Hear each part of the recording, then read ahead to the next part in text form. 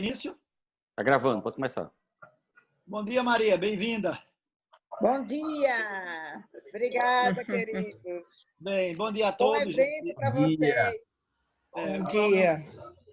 Eu gostaria de solicitar que fechassem os microfones e só abrisse o microfone quem fosse falar. Bom dia a todos.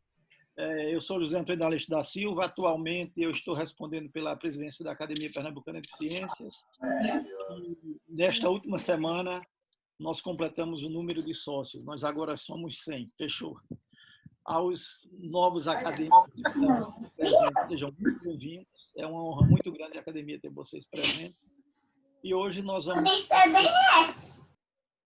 vamos iniciar o nosso 5º webinário, que vai tratar basicamente da ética na saúde e produção científica.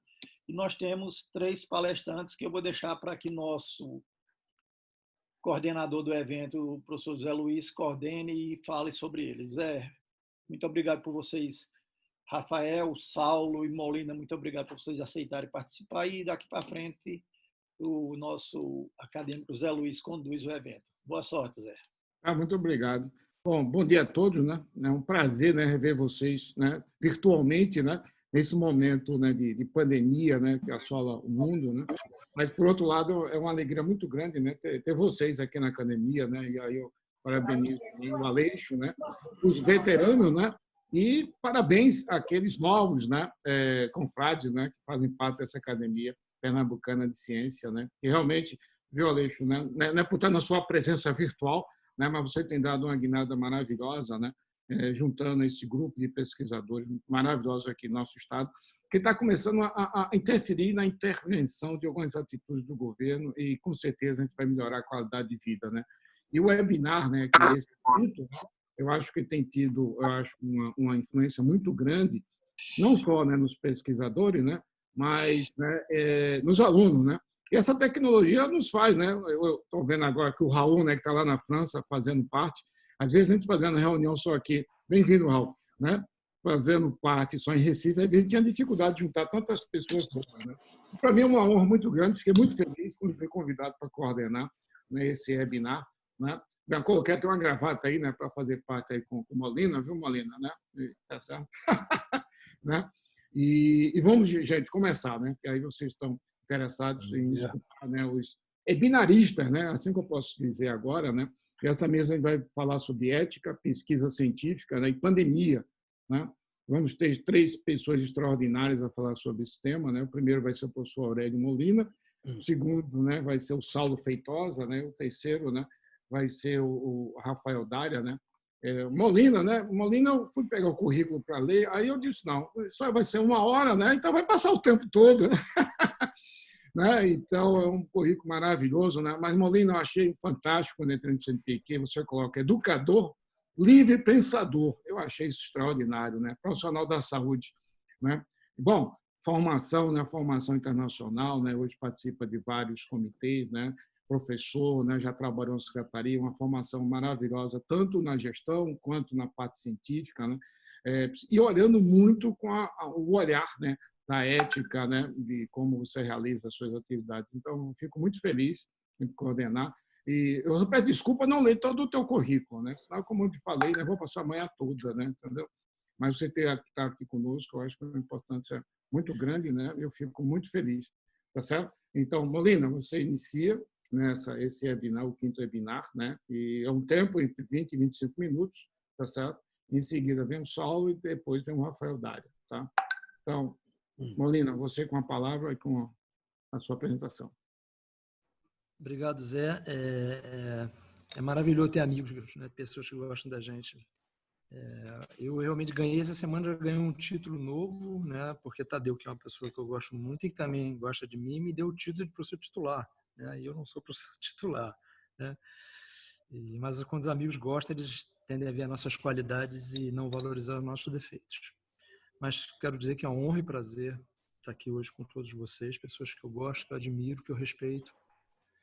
Vou tentar fazer uma coisa mais informal possível, passando a minha visão, que eu solicitei ao nosso presidente, a Leda, a que me permitisse abordar uma visão que, para mim, me é muito cara, que é o que eu tento tornar um paradigma na assistência à saúde. Eu acho que a assistência à saúde, ela deve ter, na minha visão, ela deve ter quatro pilares, ou 4 etapas, ou 4 passos que são indissociáveis. E deve sempre, quando a gente pensar em intervenção na área de saúde, a gente pensar nesses 4 passos sempre, automaticamente, como um paradigma.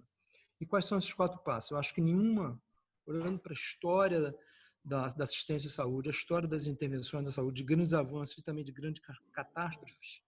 Eu tenho uma palestra que dei muito pessoal de biossegurança em relação a quando a ciência dá errado. Então, a gente tem grandes avanços, inegável, mas também teve um preço muito alto. Fizemos muita coisa errada. Muitas vezes, realmente, na maioria das vezes, querendo acertar. Mas a gente cometeu muitos erros. Então, eu acho que esses quatro passos são absolutamente necessários na assistência à saúde do século XXI. Quais são eles? Primeiro, tá? A gente não pode, no século XXI, fazer nenhuma intervenção que não seja baseada em evidência.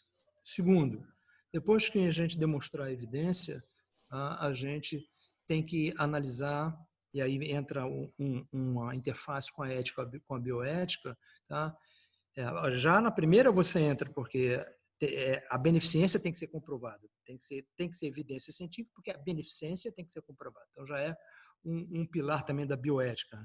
Não maleficência, beneficência, respeito à autonomia e o princípio da justiça. O segundo passo do que eu gostaria que se tornasse um paradigma na assistência depois que mostrou a beneficência, você tem que analisar custo, benefício, malefício. Terceiro pilar, depois que você mostrou beneficência, você avaliou custo, benefício, malefício, que tem um bom equilíbrio na sua opinião, na sua análise. Você vai para na saúde, no recorte da saúde, você tem que contextualizar, né? Você tem o direito até mesmo de ir contra a evidência, porque na sua análise, na sua arte, você analisando o perfil daquela população ou do sujeito que você vai intervir, você acha que naquele caso específico, apesar da evidência ter mostrado que A é melhor que B, você pode utilizar o C desde que você peça permissão, autorização, explique e respeite a autonomia do sujeito ou da comunidade.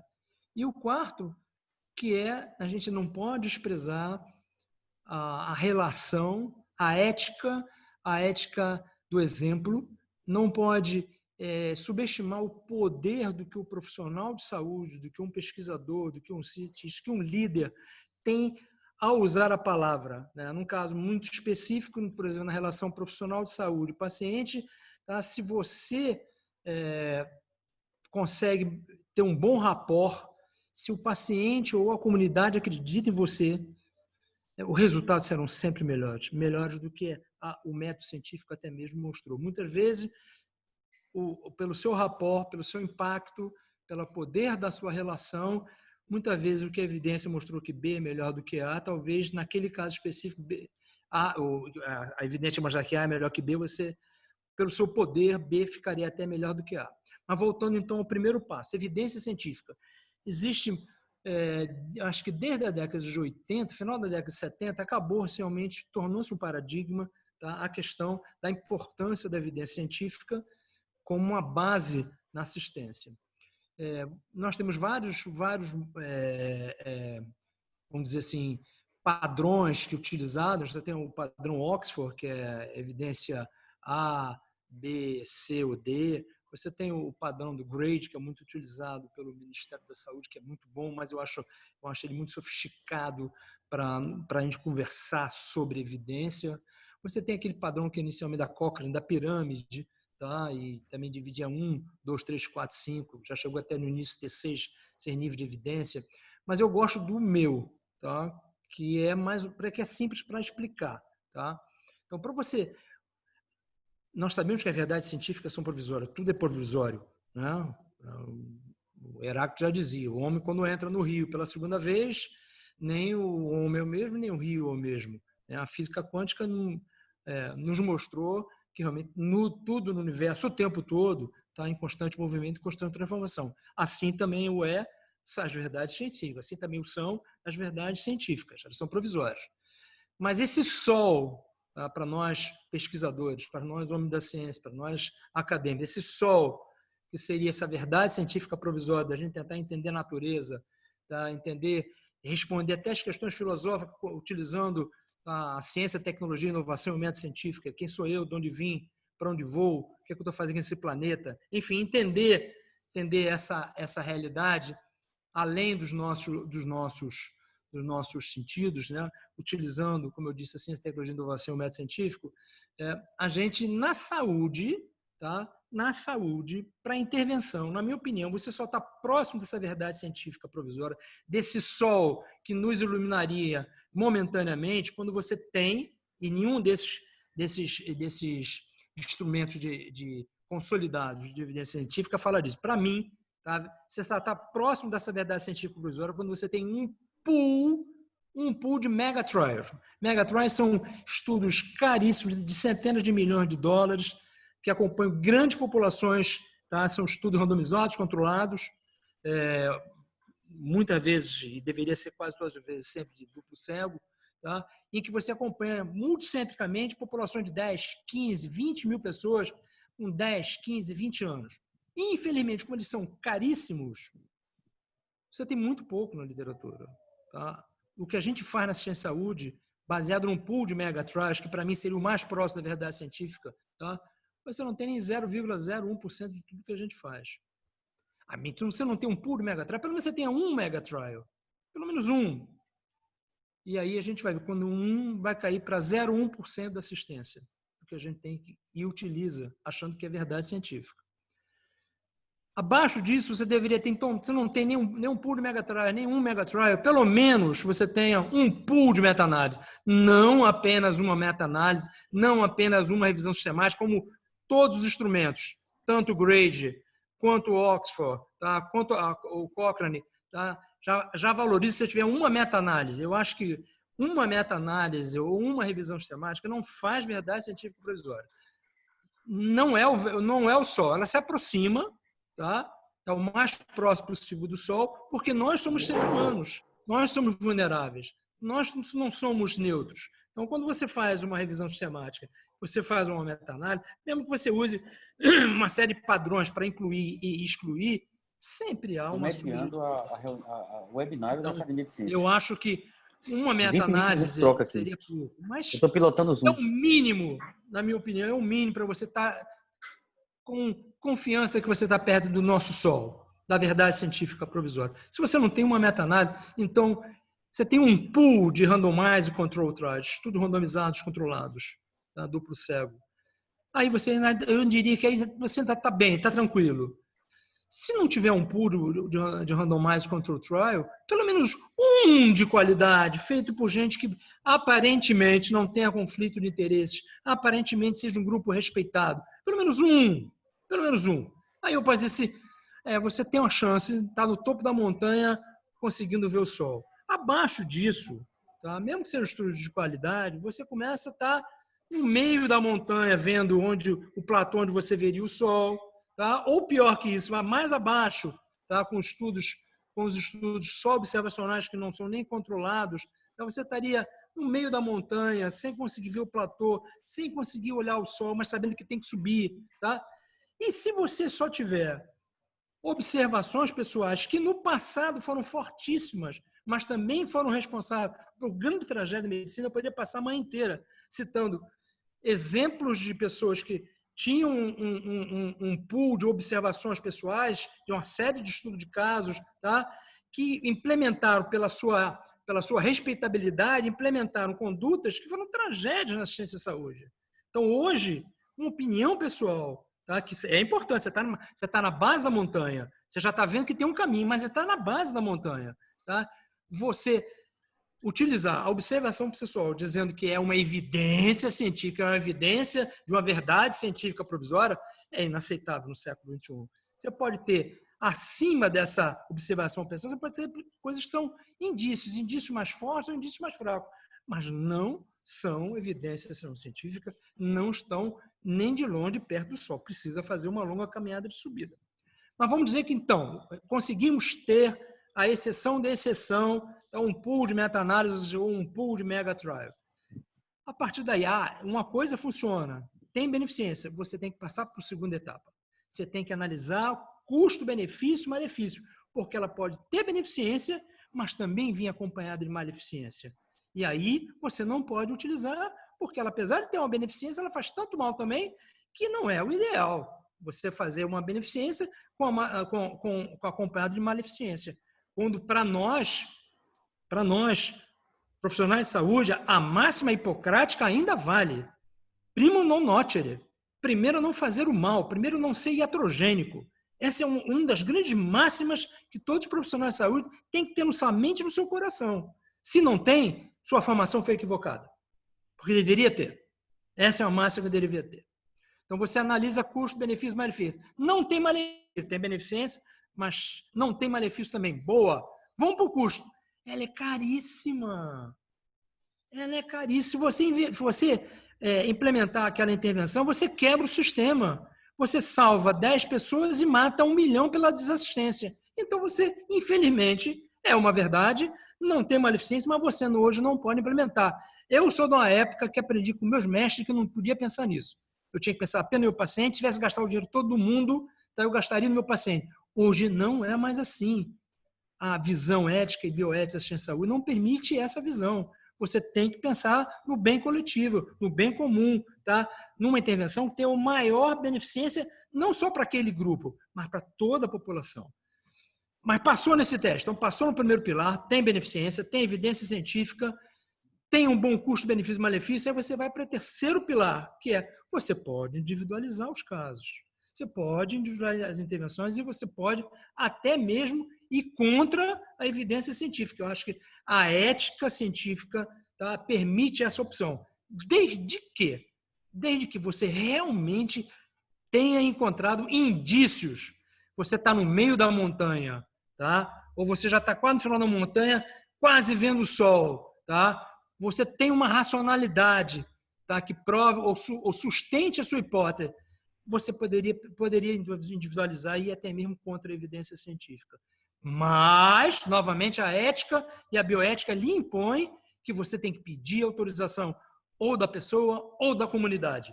Vou tentar por isso, tá? E estou pedindo a sua opinião, sua autorização para fazer isso ou do conjunto.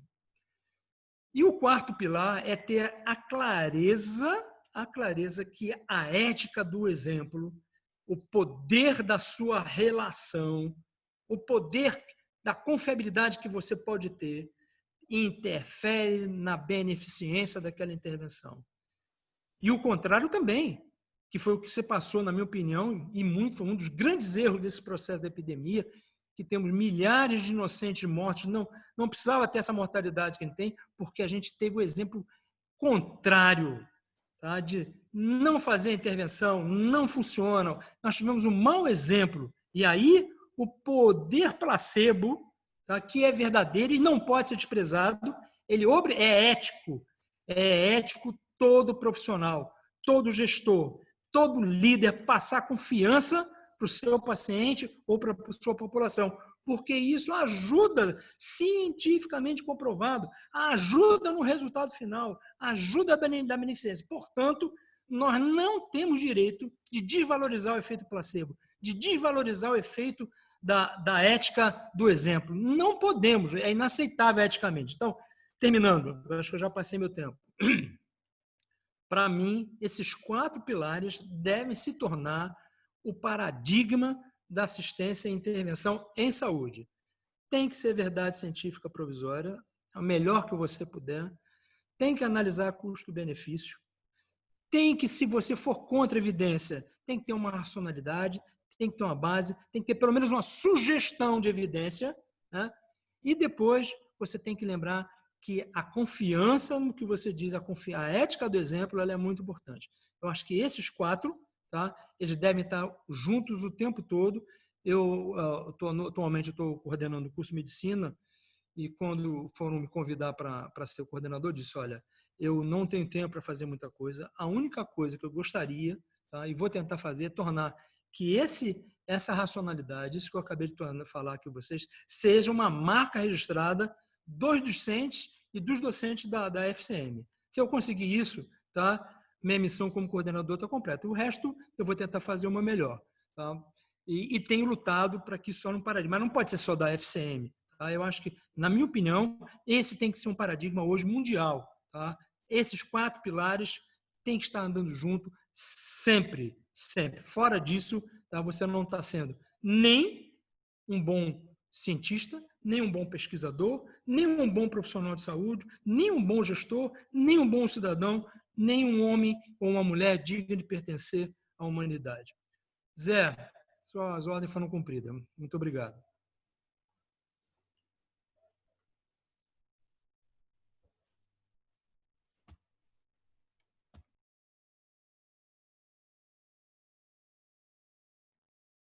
Maravilha, Molina.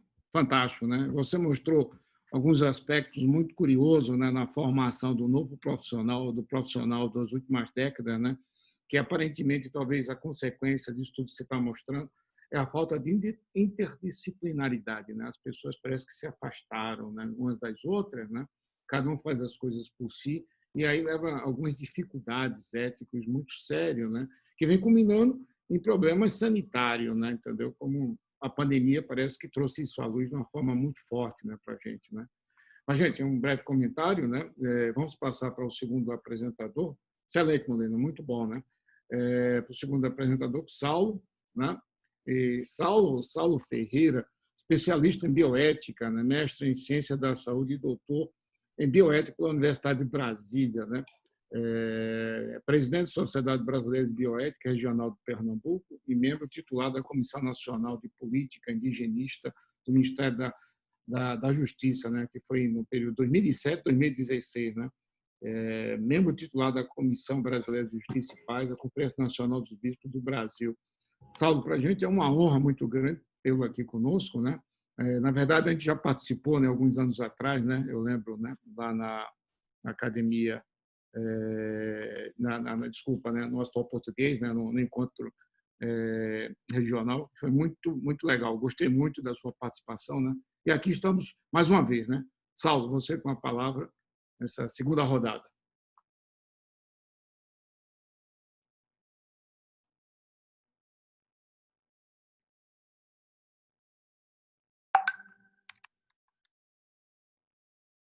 Saulo?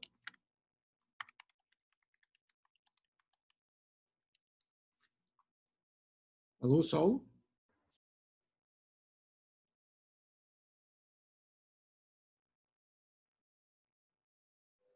Precisa liberar o som, Saulo. Eu acho que... É você que autoriza, Saulo. Abaixo, Saulo, na página tem lá o microfonezinho, aí você libera.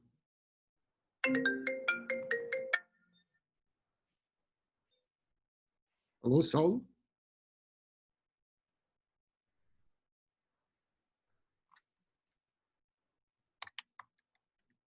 Não? Estranho.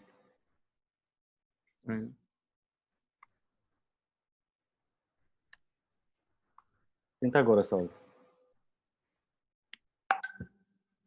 Ok, liberou. Pronto, beleza, Saulo. Seja bem-vindo. Você com a palavra. Muito obrigado, Zé Luiz. Eu agradeço pelo convite generoso. E a academia nos coloca para fazer uma reflexão num momento bastante oportuno. E eu fico contente de poder estabelecer esse diálogo com Molina, com Rafael, com você e com todas as pessoas que estão aqui participando desse momento.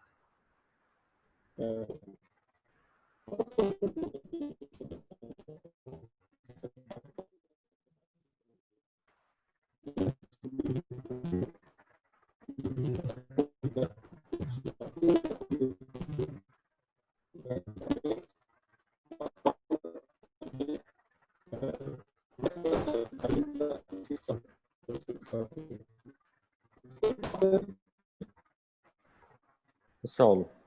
Oi. Você tem um headphone? Ou falar um pouco mais próximo? Está cortando um pouco o teu som. Melhorou, Rafa? Sim. Melhorou? Melhorou. Ok. Então, vou ficar mais próximo aqui, ou você organiza. Tá excelente, viu? O que eu falava é que esse contexto atual ele favorece essa discussão que nós estamos realizando no momento. Essa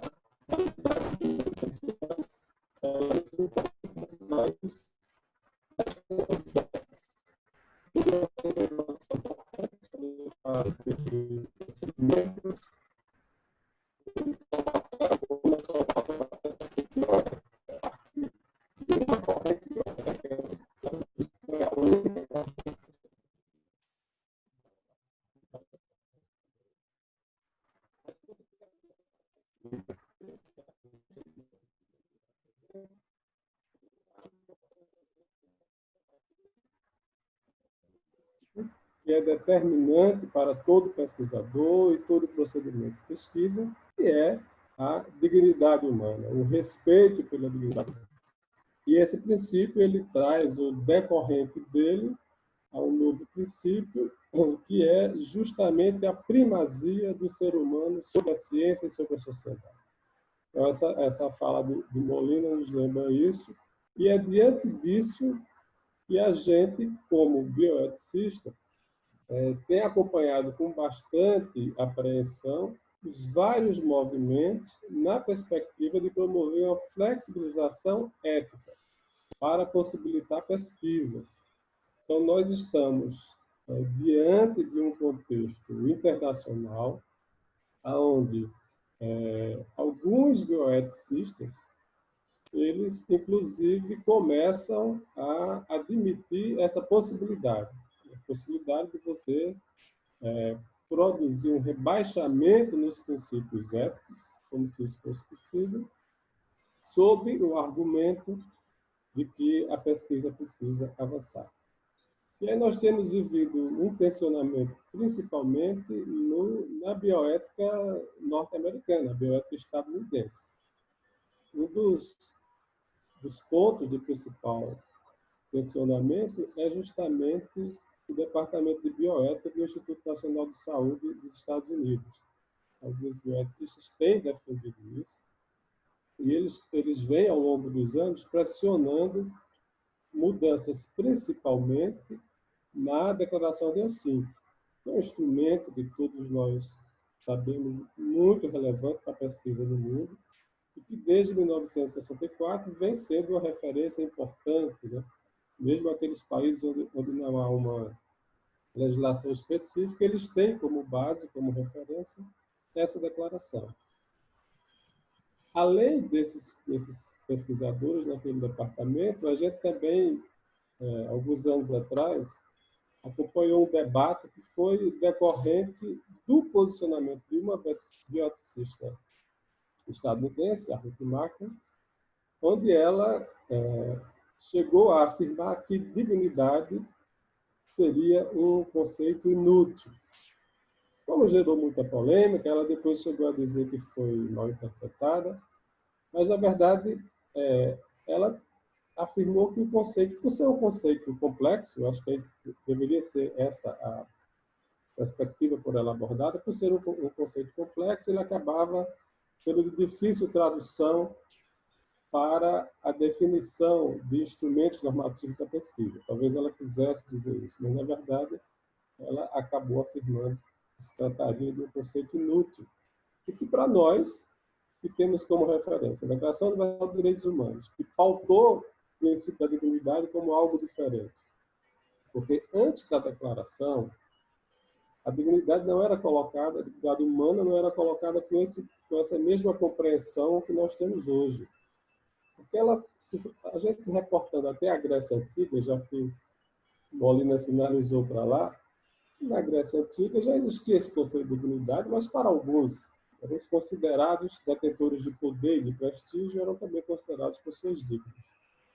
Quando a Declaração Universal de Direitos Humanos, no século passado, a dignidade passou a ser um determinante, um princípio que colocaria em situação de igualdade todos os seres humanos do planeta, ela assume uma nova perspectiva, que é a perspectiva de que nenhum ser humano pode ser tratado de maneira diferente, e para a pesquisa em especial.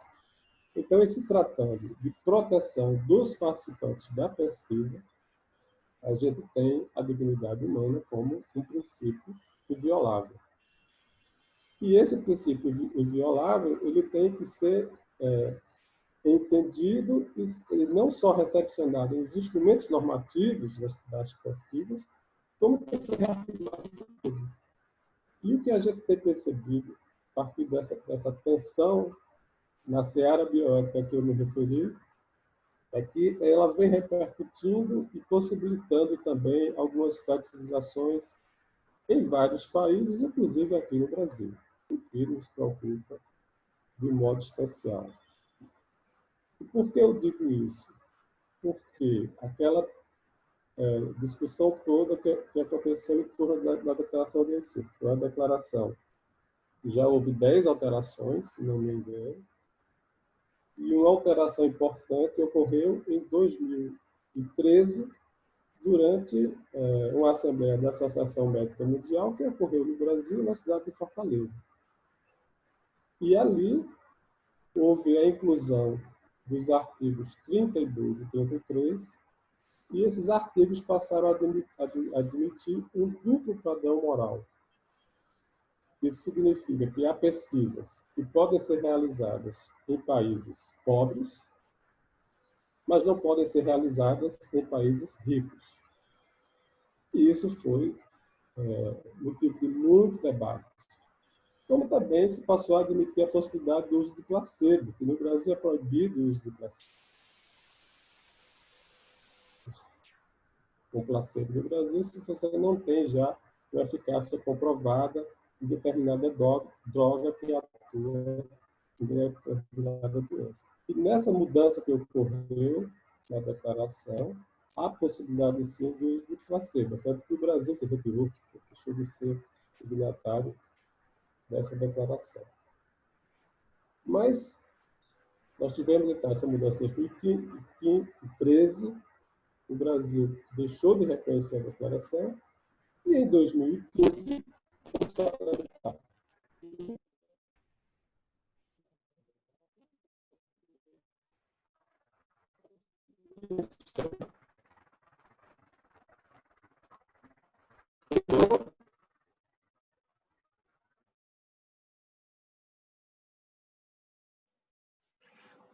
Falhou novamente, Saulo. Talvez se você... Tenta novamente, por favor. Alô? Pode falar. Opa. Vá, religue. Ele está fechando sem que eu solicite. Está me ouvindo agora? Estou sim. Ok. Eu não sei até onde ele estava funcionando, mas o que eu me referi é que as pressões internacionais, elas repercutiram também no Brasil, elas repercutem no Brasil, essas pressões para que haja uma flexibilização ética. E em 2015 começou a tramitar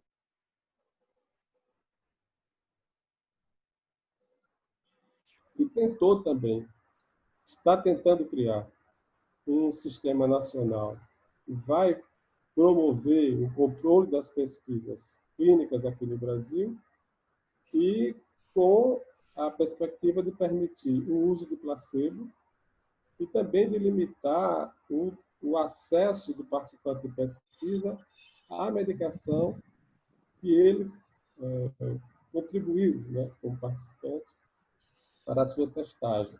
Esse projeto ele foi apresentado pela senadora Ana Amélia, em 2015, ele tramitou no Senado, ele hoje já se encontra. Houve muita discussão e houve algumas mudanças, pequenas mudanças, na tentativa de melhorar ou tornar o impacto dele menor, né? Mas a tramitação se encontra paralisada desde o ano passado, e eu observei agora que no dia 30 de março houve um pedido, um requerimento do China para que ele passasse a tramitar em regime de urgência, o que é bastante preocupante, porque isso vai acontecer no momento em que a sociedade também tem dificuldade de se mobilizar. Então, a própria Sociedade Brasileira de Bioética tem acompanhado de perto, tem participado de discussões, mas se a tramitação ela agora vai se dar em regime de urgência, a gente vai ficar sem essa possibilidade de poder participar. E isso nos preocupa bastante, porque nós já temos atualmente no Brasil o sistema CEP-CONEP. Todos nós, quando vamos realizar pesquisas, nós já submetemos as nossas pesquisas aos comitês de éticas. E esses comitês, eles têm, desde o ano de 1996, eles têm cumprido um papel importante na realização das pesquisas aqui no Brasil. Então, a gente sente segurança pelo fato de existir esse sistema CEP-CONEP. Esse projeto de lei, tramitando em regime de urgência e sendo aprovado nesse contexto da pandemia,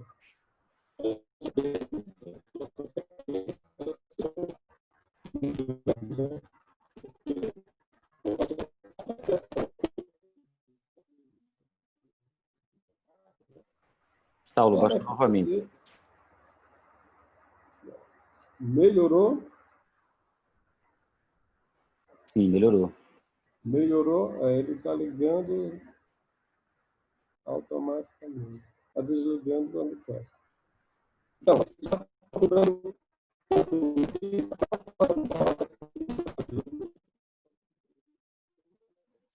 da flexibilização ética na perspectiva de não reconhecer plenamente a humana, embora ela seja o tempo todo reportada no projeto de lei, mas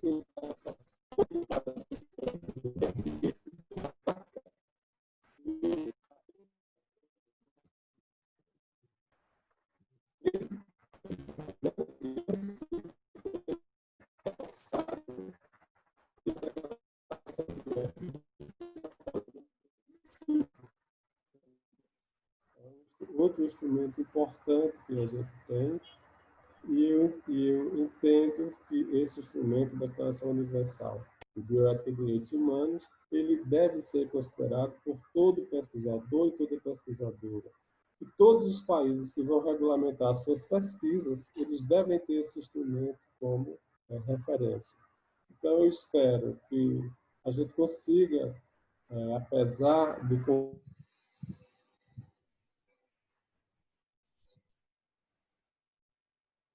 Saulo?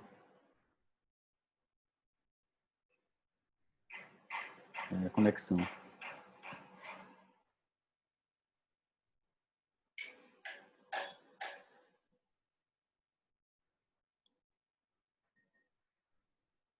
Acho que a gente perdeu. Zé Luiz? O Alex? É. Ele está Eu com problema. estou tentando contato com ele, tá certo? E você acha... Bom, ele parou mesmo ali no Alex. É a conexão lá. A conexão lá, né? Que tal? O que é que vocês acham de passar para o Rafael, né? E ele depois completar, hein? Uhum, pronto. Eu fico fazendo aqui um diálogo com ele, tá certo? Tá certo? Vou orientar ele. Tá? Orienta ele aí, ver quem consegue, e aí eu passo aqui a palavra para Rafael. Tá bom? Está me ouvindo? Tá cortando muito, Saulo. Eu não sei realmente qual é o problema, porque a minha internet indica que o sinal está muito bom. Mas eu vou concluir, então, e Rafael começa, né? Não sei, tá bom. Luiz, ok? mas é só reafirmando que a preocupação nossa é que essa ofensiva no Congresso Nacional ela possa fragilizar, né, os nossos instrumentos de controle da pesquisa aqui no país. E essa flexibilização ética que eu me referi, que vem sendo defendida a nível internacional, ela acaba também se tornando uma realidade brasileira. Então, peço desculpas aí pelas dificuldades e agradeço pela oportunidade. Não, Saulo, obrigado, né? Bom, nesse tempo de pandemia, tem as conexões, tem alguns problemas mesmo, né? Mas foi muito legal, né? A gente vai ter um tempo, né, para a gente fazer uma pequena discussão sobre, né, o que você falou. Mas você falou alguns aspectos extremamente importantes, né? E nesse momento de pandemia, né, algumas coisas são mais restritas e outras coisas são mais flexíveis, né? Ou estão tentando flexibilizar, né? Quer dizer, meu pai sempre dizia que a gente deve ter um pouco de paciência, né? Mesmo fazendo as coisas com rapidez, né? E às vezes, né, a gente está esquecendo da ética, né, de usar a ética como deveria, assim como o Lina falou, né, e você falou muito bem, é a história da flexibilização para tentar resolver os problemas de uma pandemia, que muitas vezes a solução não está necessariamente em flexibilizar a ética, né? Está em outros aspectos, né, que a gente pode conversar mais posteriormente, né? Mas esse aspecto que você colocou, eu acho que é extremamente importante, né? A ética, a bioética tem que estar muito ativo na cabeça dos pesquisadores, da sociedade como um todo, né? Isso é uma verdade, né? Eu acho que cada vez mais a gente tem que levar em conta, né, que a pesquisa vai servir para a humanidade, vai servir para as pessoas, mas ela tem que ser feita dentro de uma ética. Senão você, na verdade, você está levando um benefício, como a Lina falou muito bem, né? Mas talvez o malefício seja maior do que o benefício que a tecnologia pode fazer, né, no futuro. Saulo, muito obrigado. E vamos passar para o próximo apresentador, né, de hoje, né, que é o Rafael Daria, né? O Rafael é doutor em biologia molecular pela Universidade de Brasília, né? Sendo uma parte do seu doutorado realizado na Universidade de Cambridge, né? É muito interessante que esse webinar fez várias pontes, né? Saulo e Rafael, né, fizeram uma parte da formação em Brasília, aí Rafael fez uma parte da formação na Inglaterra, e Molina fez a parte da formação na Universidade de Leeds, na Inglaterra, né? Então, a gente fez um verdadeiro cruzamento de formações, que é uma coisa muito legal, né? Tá certo, nesse momento de pandemia, né? Então, Rafael vai falar para nós um pouco sobre tempos para o desenvolvimento de uma vacina, né, da varíola, né, ao Covid-19. Excelente, Rafael. Bom, Rafael, você com a palavra. Muito obrigado. Obrigado, Zé. Obrigado a todos. Bom dia, agradeço pelo convite. E, assim, minha apresentação vai fugir um pouco desse tema como está sendo conduzido até agora, porque eu vou fazer menos como debate, mais como uma apresentação mais formal. Então, eu vou compartilhar minha tela aqui e a gente vai ver alguns slides. O anfitrião tem que me habilitar. Alex? Liberado. Está liberado. Bom, todos estão vendo a tela normalmente? Está tudo bem aí, pessoal? Sim, estamos vendo. Bom. Não, eu não estou vendo, não. E aí, Alex, como é que fica aí? Tá aparecendo. Ele vai estabilizando para os outros colegas. Isso. Tá bom, então, sem mais delongas, eu fui devidamente apresentado por Zé Luiz. O título aqui está um pouco diferente do título da divulgação, porque a divulgação tem menos espaço. A minha palestra hoje vai ser Etapas e Tempos para o Desenvolvimento de uma Vacina da Varíola Covid. Nada acontece em um ano. Então, basicamente, eu vou fazer primeiro uma linha do tempo de algumas vacinas que foram desenvolvidas durante a história da humanidade, para depois afunilar para as iniciativas que estão sendo feitas hoje para as vacinas possíveis contra o Covid-19. Bom, os primeiros experimentos de vacinação eles remontam desde o século X, na China ainda, os primeiros experimentos de variolação, onde as pessoas inoculavam pus de pacientes em recuperação de varíola como forma de imunização. Isso não pode ser considerado uma vacina, inclusive teve muitos problemas, até casos de mortes. Até que em 1796, um médico inglês, Jenner, esse aqui é o único experimento que eu vou detalhar, porque eu acho que foi emblemático e é a primeira vacina da história da humanidade. Ele, a partir das observações tradicionais, ele observou que nas tetas das vacas tinham algumas feridas parecidas com a varíola humana, que no caso era a varíola bovina, e que as pessoas que tinham contato com esses animais, ou seja, cuidadores ou ordenadores, não adquiriam a varíola humana. Ele fez um experimento, na época o comitê de ética não existia, ele inoculou isso numa criança de 8 anos e essa criança ficou doente, chegou a ficar doente, com a branda da varíola bovina, e em seguida ele desafiou essa criança coletando pus de uma paciente de varíola real e esse menino ele não desenvolveu a doença. Esse aqui foi o primeiro experimento de vacina da história da humanidade. Ele reportou para a Royal Society na época, que é a Academia de Ciências de Londres. As pessoas não acreditaram nele, acharam que as provas não eram suficientes. Ele foi inclusive ridicularizado. o slide, não estou vendo o slide. Alex, como é que a gente faz? Bom, então, isso aqui... Quer falar, Alex? Acho que a maioria está vendo o slide. Alguns estão com problema na transmissão. Eu não sei. sei. Pessoal, mantém o microfone desligado. Microfone desligado. O que é que eu faço? Eu continuo, paro? Como é que eu faço, Alex? Não, pode continuar. Talvez alguns estejam então, vamos lá. no celular. Pode seguir à vontade. Tá bom. Então, isso aqui é uma figura, né, dos tabloides da época, onde ridicularizado o gênero, né? São pessoas que estão se transformando em vacas. E, na verdade, depois de 2 anos, ele publicou esses resultados e não é à toa que o nome vacina vem dessa experimentação, porque o vírus vacina, que é o vírus da varíola humana, da varíola bovina, é o que deu origem ao nome da vacina. Então, eu citei essa vacina porque ela vai ser, ela serviu de base para todas as outras vacinas. Vários experimentos foram feitos ao longo dos anos e quase 100 anos depois é que Pasteur fez a primeira vacina no laboratório, que foi a vacina contra a cólera de galinha, e mais na frente ele fez a antirrábica e a contra antraz também. Mas 2 vacinas importantes surgiram, foi a BCG e a da febre amarela, e vale ressaltar que a febre amarela conferiu um Nobel a Max Taylor, inventor, em 1951. E aqui eu destaquei em 63 outra vacina bem relevante, que foi a vacina de Sabin, da polio, onde ele colocava gotículas em torrões de açúcar para ministrar para crianças, e essa vacina foi emblemática porque o Sabin ele abdicou de qualquer direito autoral e permitiu então que a polio fosse erradicada do mundo, que a vacina fosse liberada para todas as populações. Uma curiosidade a respeito de Sabin é que ele foi a primeira pessoa também a isolar o vírus da dengue, ainda na Segunda Guerra Mundial. Então, mais 2 vacinas surgiram, a rubéola e a da hepatite B, e aqui eu ressaltei de 87 até 2016 várias iniciativas para fazer vacina de HIV. Nenhuma delas foi bem-sucedida, inclusive com eficiência de 30%, e até hoje não tem vacina boa para HIV. E a vacina mais recente foi a vacina experimental, que foi a vacina do ebola, que foi usada com sucesso para a contenção do primeiro surto. A gente sabe que está acontecendo com outro. Então, a gente vai ver quais são as vacinas que estão disponíveis hoje no mundo. Quando eu falo disponíveis, são aquelas vacinas comerciais e não as experimentais. Existem várias experimentais, mas licenciadas pela FDA, pela Anvisa.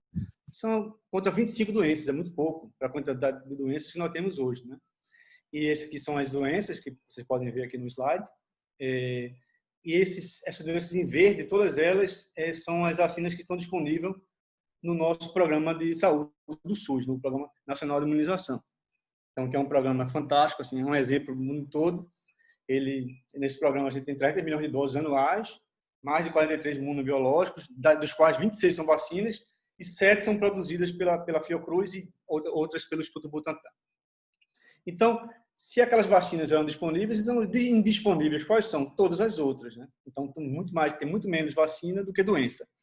E eu queria ressaltar aqui algumas doenças que ainda acometem nossas populações, dando ênfase aqui para malária, tuberculose e HIV, pelas altas taxas de mortalidade todos os anos. Você vê na casa de milhares e até milhões de pessoas falecem decorrente dessas doenças. E não é por falta de investimento. Inclusive, essas 3 doenças, malária, tuberculose e HIV, fazem parte do programa do fundo Melinda Gates. Então, existe um aporte financeiro bilionário para essas doenças. Então, não é uma questão só de recursos. É uma questão mesmo que é complicado o desenvolvimento de uma vacina, como eu vou deixar claro ao longo dessa apresentação. Então, uma vacina ela tem que ser imunogênica, ela tem que ter epítopos neutralizantes, que induzem anticorpos neutralizantes, ela precisa ser bem apresentada para o sistema imune e precisa de algo que desperte o sistema imune, que são chamados adjuvantes.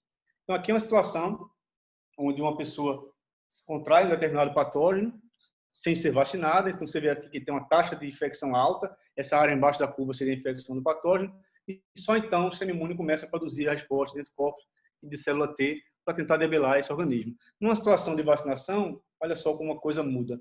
A infecção praticamente não acontece e as células de memória já ativam rapidamente as células T de anticorpos, então a doença não consegue se instalar no nosso organismo. Esse slide aqui, acho que é o principal slide dessa apresentação, é para mostrar como é difícil produzir uma vacina. Existe toda uma fase de conceito, de identificação de antígenos, estudar o patógeno, estudar o hospedeiro, qual é a genética dele, qual é a formação dele, como ele interage com o sistema imune. Então, existem anos e anos de desenvolvimento para chegar a antígenos bons para serem antígenos vacinais, e você tem que combinar esses antígenos com um adjuvante que seja também tão importante quanto, e você vai ter que usar modelos animais, e os modelos mais usados são os camundongos, os furões, os macacos rezos. Para vacinas virais, que eu vou começar a canalizar, falar só sobre vacinas virais, você pode até usar informações referentes a outras vacinas que já funcionam, mas mesmo assim isso tudo é muito regulado, isso requer tempo, você precisa imunizar esses animais, avaliar a segurança, avaliar a eficácia, a biodistribuição desse produto no organismo, a persistência dessas doses, se é dose única, se são 3 doses, 4 doses. Então são estudos longos, são estudos de entre 5 e 10 anos, mais ou menos, para poder ser liberado pelas agências regulatórias para o ser humano. E aí, quando chega na fase humana, tem a fase 1, que é uma fase onde você vai testar a dosagem, se a dosagem é única, ou se são 2 doses, 3 doses, você vai ver a segurança e a eficácia em seres humanos, geralmente com poucos voluntários, em torno de 40, um pouco mais de voluntários, e são populações de risco, né? Populações de risco para vacina, e isso dura uns 3 anos de análise para ser liberado para a fase 2, que aí já aumenta um pouco mais o N da população, são na casa de centenas, são populações de risco também. Essa avaliação aqui na fase 2, a segurança e a eficácia também são avaliadas, só para a partir daí liberar para a terceira fase, que é uma fase 3, que é uma fase onde as populações são maiores, são de 15 a 30 mil indivíduos que são vacinados e são acompanhados durante anos também, para checar a segurança, eficácia e os anticorpos neutralizantes, se eles são persistentes, se eles não são, avaliação de dose, enfim. Tudo isso muito bem regulado para partir para a fase 4, que é a fase de licenciamento, essas vacinas vão para o mercado, e não é por estar no mercado que vai ser liberado para uso indiscriminado. Elas também são avaliadas, é importante ver o efeito dela numa população maior, em milhões de pessoas, e existem vacinas como a da febre amarela, por exemplo, que é avaliada até hoje, né? E tem quase 100 anos, né? Desde a década de 30. Então, existe uma série de práticas clínicas que precisam ser implementadas, existem vários documentos regulatórios, documentos das Américas, por exemplo, vários protocolos, comitê de ética, patrocinadores, existem documentos essenciais. Tem que ser uma coisa muito segura, porque a gente está falando de um produto que ele vai para a prateleira para ser usado como ser humano no final. Então, tem que ter uma bula, como todos os outros remédios. E quais são os tipos de vacina que a gente tem disponível? A partir de agora, eu não vou falar mais de vacinas de forma geral, que existem vacinas para bactérias, vacinas atenuadas, vacinas baseadas em toxinas, baseadas em polissacarídeos. Eu vou falar só de vacina de vírus, que é o tema dessa palestra. É o Covid, é o que interessa a todos. Então, eu vou falar das vacinas desenvolvidas para vírus. Bom, existe basicamente vários tipos de vacina. Eu vou comentar rapidamente algumas para desenvolvimento de vírus. Uma é baseada em vírus atenuado e outra em vírus inativado. Esses vírus atenuados você consegue atenuar por diversas formas. Você pode fazer uma deleção no genoma de alguma parte dos vírus, como é a vacina da dengue, do NIH, com a vacina do Instituto Butantan. Você fez uma deleção no genoma. Você também pode fazer uma passagem seriada em cultura de células e selecionar mutações que confiram menor resistência a esse vírus, dificuldade de replicação e infecção, como é a vacina da febre amarela. E são as melhores vacinas em termos de resposta imune, porque eles chegam a se replicar no nosso organismo, mas também são as mais perigosas, porque podem reverter para uma forma virulenta, e também tem alguns grupos que não são aconselhados, como mulheres grávidas, infantes, idosos, pessoas imunocomprometidas. Você pode também inativar esse vírus, né? Você pode, de várias formas, pode inativar formas físicas, através de calor, radiação, vácuo, ou formas químicas, fixadores, detergentes, e aí você obtém um organismozinho que não se replica, em tese seria mais seguro, mas tem algumas desvantagens, que como ele não se replica no organismo, ele tem que produzir quantidades cavalares desse antígeno para ser ministrado para o organismo, e existem algumas combinações com adjuvantes que não estão dando muito certo, como alumínio, por exemplo, que essa resposta pode ser desviada para uma via não muito boa, como a via TH2, que pode induzir, inclusive, para síndromes respiratórias, né? Inflamatórias, que para a Covid seria um desastre. Bom, temos as vacinas de nova geração de ácido nucleico, de DNA e RNA. Há anos se promete que essas vacinas sejam uma vacina do futuro, e realmente eu creio que são, mas não são ainda aprovadas para seres humanos. Mas eu acho que uma série de tecnologias estão sendo desenvolvidas agora, e com mais ênfase por causa do Covid-19, para melhorar essas vacinas. O que são essas vacinas? Você coloca a sequência que codifica o antígeno do patógeno numa molécula de DNA e coloca isso dentro de uma célula. Então, esse DNA vai dentro do núcleo, ele é transcrito no RNA mensageiro, e essas proteínas, então, vão ser processadas pelo sistema imune. Bom, para DNA tem várias desvantagens, porque é difícil você inocular dentro do núcleo esse DNA em uma quantidade boa, fazer o delivery. Geralmente, as células que recebem esses DNAs não são células especialistas em representar antígenos, não são APCs, são células musculares, e geralmente a via de apresentação não é adequada, porque esse antígeno é feito dentro da célula. E quando ele é produzido dentro da célula, ele é apresentado principalmente para a via MHC1, que não é uma via boa para a formação de memória que a vacina requer. Mas várias tecnologias já vieram para mudar isso. Hoje já existe eletroporação em vivo, você dá um choque de alta voltagem no tecido da pessoa, então você tem uma incorporação bem maior de DNA. Você já pode colocar moléculas acessórias que vão induzir aquela célula a se diferenciar e passa a ter a capacidade de apresentar aquele antígeno de forma adequada, apesar de não ser um APC. E também já tem formas de você mudar a rota de apresentação desses antígenos, colocando algumas proteínas, alguns sinais nesses peptídeos que desviam para a rota do MHC2, que é a rota adequada para a vacina. Outra população é a molécula de RNA, essa também é de última geração. Eles têm a desvantagem de serem bem mais frágeis, mas hoje as pessoas já conseguem ministrar isso, encapsular. Uma vantagem é que é fita única, a informação já está lá direta, não precisa ser transcrita no núcleo. E isso é uma facilidade muito grande de produção em larga escala. Isso é bom, especialmente para vírus que têm mutações, né? Porque cada mutação que ele sofrer, você pode ir lá alterar a sequência genética daquela produção e você vai produzir uma nova leva de vacinas já adaptada para o vírus que está circulando naquele momento. Então, isso são vacinas que prometem, são vacinas que estão em franco andamento, e eu acho que agora vai com a questão da pandemia.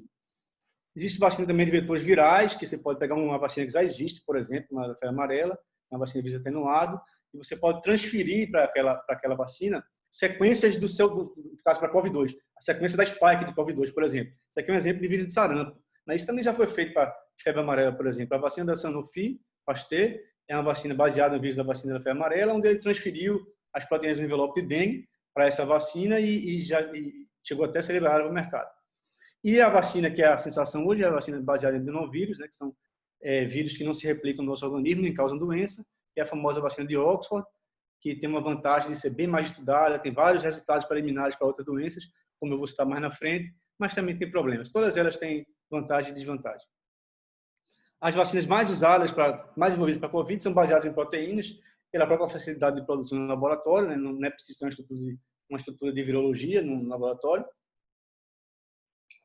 Elas são boas, mas também têm limitações, porque é importante que essas proteínas sejam produzidas na conformação do vírus. E elas sendo feitas fora do contexto do vírus, geralmente elas não estão na conformação adequada. Existe tecnologia de engenharia computacional de proteínas para reverter isso, onde essas proteínas são carreadas em outras moléculas e conseguem mimetizar aquela estrutura do vírus. Então, isso também está em franca expansão. E temos as vacinas baseadas em VLPs, que é onde você pega algumas proteínas do vírus, expressa elas em sistemas eucarióticos e essas proteínas são capazes de se empacotarem, formar a estrutura do vírus, mas que não tem nenhum genoma dentro. Então, não se replicaria. Ela tem umas vantagens, as desvantagens é que a produção é complicada, a purificação também, e as mesmas desvantagens de uma vacina inativada, já que ela não tem genoma viral, essas vacinas também têm. O que eu queria dizer com todas essas vacinas é que todas essas vacinas que eu falei agora, todas elas, sem exceção de nenhuma, estão sendo feitas para a Covid-19 nesse momento, né? Então, aqui é um overview das vacinas. E a gente espera ter uma vacina que consiga estimular os macrófagos para induzir as células T helper, que consiga sinalizar para células produtoras de linfócito B e T, que sejam capazes de produzir anticorpos neutralizantes, tanto para marcar esse vírus para destruição, como para impedir que ele se prolifere no nosso organismo, que ele invada nossas células, e também para destruir aquelas células infectadas através de uma resposta de linfócito T. Isso aqui é uma coisa bem simplificada, porque a gente não tem muito tempo aqui. A gente pode abrir para perguntas mais na frente, eu posso detalhar um pouco mais. E o ideal é que nós tenhamos células de memória suficiente para debelar uma infecção, no caso. E aí, voltando para aquele slide que a gente viu no começo, daquelas várias fases, da fase 1, 2, 3, aquele tempo, são quase 20 anos de tempo. Então, o que a gente está fazendo agora é tentar transformar um experimento de 20 anos em um ano e meio, né? Então, o que acontece? A gente já começa as fases pré-clínicas e antes mesmo de terminar e ter os resultados de segurança e eficácia, já parte para tudo feito de forma simultânea. A gente está trocando o pneu com o carro andando, literalmente. Isso, assim, é complicado, é temeroso, mas é necessário. Tá? A gente tem que se arriscar, infelizmente. Não resta, pior do que o vírus circulando, não pode ser, né? E, então, essas iniciativas são válidas. As vacinas que foram escolhidas não são necessariamente as melhores. Elas são as mais rápidas, as mais fáceis de produzir. Talvez algumas se mostrem melhores, mas tudo pode ser controlado pelo organismo, pelo ser humano, né? As tecnologias, tudo, mas o tempo não pode. Então, requer tempo. Então, sem tempo, Por isso eu coloquei a provocação no começo da palestra, que nada é feito em humano. Vamos ver se essa será. Então, isso aqui é um overview das vacinas que estão sendo feitas hoje, isso é da OMS, tem várias, tem mais de 130 vacinas, a maioria de subunidades pela facilidade de produção e por ser mais seguras, porque não tem capacidade de replicação. E temos as vacinas atenuadas, são importantes também, são menos, que existe mais controle, mais rigor para serem feitas, e correndo em paralelo, temos as vacinas inativadas e vacinas não replicantes, que eu vou detalhar mais agora nesse slide, que ninguém precisa ler, é só para um embasamento. Isso aqui é um overview da OMS, de todas as vacinas que estão sendo feitas hoje para a Covid. E vale salientar que são 17 vacinas já que estão em fase clínicas, em fase de ensaios em seres humanos. E dessas 17, semana passada eu baixei esse mesmo gráfico, eram 13. Então, vocês veem, em uma semana, 4 vacinas entraram no pipeline de triagem humana. Então, a corrida é muito rápida, é realmente uma corrida ao ouro. Então, a mais desenvolvida é essa primeira vacina aqui, a vacina de Oxford, né? Está na fase 3 já. É a vacina da Universidade de Oxford com a AstraZeneca. Ela foi escolhida por uma série de fatores, porque existia várias plantas de produção para outras doenças, usando esse mesmo vetor, para MERS, influenza, tuberculose, chikungunya, zika. Existiam vários resultados prévios e resultados de segurança considerados satisfatórios. Então, essa vacina está no estágio mais avançado. Correndo em paralelo, tem vacinas de RNA, já da Moderna, na fase 2, em estágios bastante avançados. Também são as vacinas rápidas de serem produzidas. Tem mais de 13 vacinas sendo avaliadas quando apareceu a pandemia. Então, todo o foco passou a ser o Covid-19. E correndo em paralelo está uma vacina de RNA da Pfizer, que ontem anunciou que teve resultados, ainda não publicou o resultado, mas já tem 50% de eficácia na vacina, eles dizem, né, em resultado de fase 1 e 2. E que eles pretendem produzir ainda esse ano 100 milhões de doses, né, se tudo der certo, e que ano que vem a expectativa é produzir mais de 1 bilhão de doses dessa vacina da Pfizer. E a Sinovac também tem uma vacina de vírus inativado, que o Butantan vai iniciar os testes aqui no Brasil, são 9 mil voluntários em 12 centros de pesquisa, então é uma vacina de vírus inativado, teve alguns probleminhas com sais, que eu acho que eles vão conseguir corrigir para a Covid, né, o que nós esperamos. E aqui eu coloquei também ressaltadas as vacinas de DNA, né, que várias vacinas estão sendo desenvolvidas, inclusive o fundo Gates, né, essa da Inovium, Bill Gates está financiando. Então, são 7 vacinas em avaliação. E a gente tem não estou conseguindo passar aqui, Alex. Travou para mim, deixa eu ver aqui. Passei. E nós temos no outro bloco aqui 132 outros candidatos, né, e vale ressaltar que vários deles são vacinas de DNA. É importante desse backup de vacinas, porque se essas 17 estão numa fase, por algum motivo, elas não funcionarem, ou não serem suficientes, tem mais 132 de análise, a gente também não sabe qual dessas vai ser a correta. A ideia é que é possível que seja necessária uma combinação de vacinas, então nada se sabe. A gente está fazendo tudo com muita pressa, pela relevância, mas a gente vê uma luz no final do túnel. Então, isso aqui é um overview da vacina de Oxford, né, uma vacina feita em adenovírus chimpanzé, onde eles transferiram a proteína do spike para a superfície desse vírus. Não é à toa que a instituição de Oxford está fazendo essa vacina, chama-se Jenner Institute, uma homenagem ao nosso amigo Jenner, o primeiro lá daquela experimentação. E a Fiocruz recentemente comprou a tecnologia da Universidade de Oxford, né, adquiriu os direitos de produção, e a ideia é que eles produzam 30 milhões de doses ainda esse ano, na verdade 15 milhões em dezembro e 15 milhões em janeiro, eles invasem essas doses e que, se tudo der certo, nos testes de segurança e eficácia, eles façam 70 milhões de doses ano que vem, essa vacina. Então, vale ressaltar que não tem nenhuma vacina desse tipo disponível no mercado. Existem várias vacinas experimentais com bons resultados, mas nenhuma foi licenciada ainda, e que serão necessários testes em mais pessoas, 20 mil pessoas pelo menos, e para avaliar efeitos adversos raros, pelo menos 20 milhões de pessoas têm que ser vacinadas. Bom, já finalizando minha apresentação, eu acho que eu coloquei aqui algumas do meu background, que eu acho que foi o que me credenciou para dar essa palestra para vocês. Eu sou um dos inventores da vacina de DNA da febre amarela, já está patenteado em todo o mundo, junto com Ernesto Marques. Sou coordenador do estudo fase 3 da vacina da dengue aqui, foi desenvolvido no NIH, o Butantan está produzindo. A gente teve que dar uma parada no estudo por causa da pandemia, mas assim que a situação melhorar um pouco, nós pretendemos voltar ao estudo. Nós estamos já no final, faltam mais 2 anos de análise, então, para entrar na fase 4. E essa vacina é uma vacina pública, ela vai para o SUS, né? Então, daquelas 26 vacinas que eu falei anteriormente, a gente espera que tenha uma 27ª, que seja essa, e essa seria uma vacina tetravalente, capaz de neutralizar os 4 serotipos de dengue ao mesmo tempo. Estamos já com contatos avançados com empresas de biotecnologia para fazer estudo de intervenção com o Covid. Isso aqui são sites de droga. A gente tem um convênio com o Hospital dos Servidores e o Dr. Carlos Brito. Pretendemos iniciar em breve esses estudos pela urgência. E ano que vem a gente vai iniciar um estudo fase 3 de uma vacina do vírus essencial respiratório, em parceria com a Janssen, que é a empresa da Johnson & Johnson. É uma vacina que vai ser licenciada para jovens de 60 anos para cima. Bom, eu gostaria de agradecer a todos a equipe, que é a equipe do Butantan, parte da equipe dele. Esses trabalhos não são feitos com poucas pessoas, tem que ter equipes bastante unidas e esforçadas. Gostaria de agradecer à academia pelo convite, à Fiocruz, minha instituição, pela infraestrutura, o Departamento de Virologia, o LAVIT, pelos colegas, pelo apoio, os patrocinadores atuais, no caso o Butantan, e os futuros patrocinadores, a Bivax e a Johnson & Johnson, e as empresas de monitoria.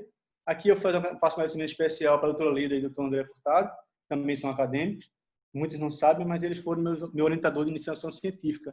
Então, eu acho que eles têm muita responsabilidade com tudo isso, né? Eu acho que eu comecei a ciência com essas duas pessoas e gostaria de agradecer ao doutor Ernesto, que é um parceiro de longas datas, que já se tornou um amigo e que já me abriu muitas portas. Eu creio que essa parceria está dando fruto e a gente vai continuar por muito mais anos. Agradeço a todos e fico disponível para qualquer pergunta e para abrir um debate. Obrigado. Excelente. Muito obrigado pela sua apresentação. Realmente. Alô? Tem alguém com o microfone ligado? Mas, Rafael, foi brilhante. Eu estou overview, né, o dia, né? Eu tenho que buscar lá a vacina mesmo, né? Começou lá no 1700, né? Bom, se a gente olhar o 1700, né, para a espécie humana, é quase nada, né? Ou seja, na verdade, a gente vem desenvolvendo essas novas tecnologias, eu diria, nos últimos 300 anos, né? Se a gente colocar um pouquinho que o homem, né, sei lá, tem 100 mil anos, isso é quase nada, né? Entendeu? A era cristã tem 2020 anos, né? Então, eu diria que essas tecnologias de defesa do nosso sistema orgânico, né, ele desenvolveu nos últimos 300 anos, né? E vem se desenvolvendo com muito mais intensidade. E no último século, como você falou muito bem, né? Talvez uma marca maravilhosa, né, para a gente aqui no Brasil foi o desenvolvimento da vacina para a febre amarela, né? E a vacina para a SABE, né, de pólio, né? Que isso fez com que a qualidade de vida da nossa população tenha aumentado, né, de uma forma substancial, né? Quer dizer, o controle é o uso de vacinas e, ao mesmo tempo, o desenvolvimento de medicamentos, né? Quer dizer, se você bota vacinas e medicamentos, isso aí tem repercutido na qualidade de vida da nossa população, no mundo como um todo, né? E realmente, né, você tem visto aí nos últimos 20 anos, talvez um pouquinho mais, né, o desenvolvimento de vacinas usando DNA e RNA, que ainda não tem no mercado, né, mas eu acho que, né, eu diria, com a pressão, né, dessa pandemia, né, atual, né, estou dizendo atual, que é bem capaz que surjam outras, né, num momento muito breve, né. Eu diria que nesse século, né, essa é a terceira, bom, essa é a grande pandemia, né, mas já tivemos o SARS, né, e o MERS no início, né, desse século, né. Então existe uma tendência cada vez mais, né, dessas vacinas, né, ser desenvolvida de uma forma mais rápida, como você falou, né, 10 anos, talvez seja muito tempo para que a espécie humana, né, ela se mantenha viva, né. Para você, eu acho que até então a gente vinha desenvolvendo essa tecnologia, dava tempo para a gente, né? Mas o SARS-2 parece estar dizendo para a gente, olha, é melhor a gente mudar, repensar em novas tecnologias que dêem um pouco mais de rapidez para que o nosso sistema desenvolva, senão a gente não vai conseguir evoluir muito, né? Isso é verdade. E aí eu acho que pega um gancho muito, muito grande, né, nas palestras anteriores, né, tanto do Molina quanto do Saulo, quando fala na ética, né? Como você falou muito bem, né? Na apresentação do desenvolvimento de vacina, você tem várias fases, né? Tem a fase laboratorial, tem a fase, como chama, a fase do ratinho, tem a fase do macaco e tem a fase humana, né? E aí, entre as 4 fases principais, né? E quando entra a fase humana, você tem que ter um comportamento muito ético, muito, né, com muita responsabilidade, né, do que você vai fazer, né? E aí, logicamente, como o Molina falou muito bem, tem o custo-benefício, né? Tem as pressões econômicas e financeiras que estão muito fortes agora, né? Isso, sem sombra de dúvida, tanto é, né, que os consórcios internacionais, né, de produção de vacina e de medicamento estão muito forte mesmo, né? E isso eu acho que me preocupa um pouco quando você entra na fase de teste, né? Se você entrar num CONEP, mesmo, você vê tem mais de 400, né, testes, né, de novas drogas sendo testadas no Brasil só, né?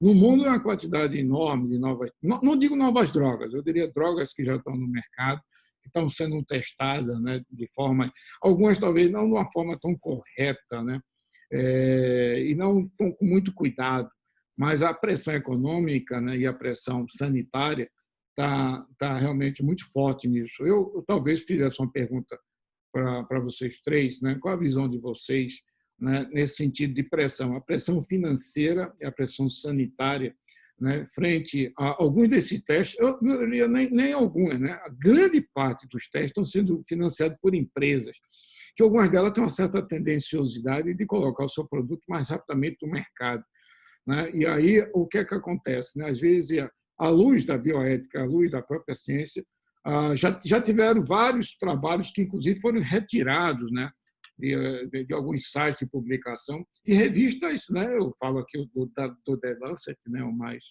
famoso, né? Que ocorreu nas últimas semanas, pela pressa, né? E pela talvez quebra dessa flexibilidade, da flexibilidade cada vez maior, né? E como a gente ainda não passou essa pandemia, né? Se vocês olharem os números de hoje, né?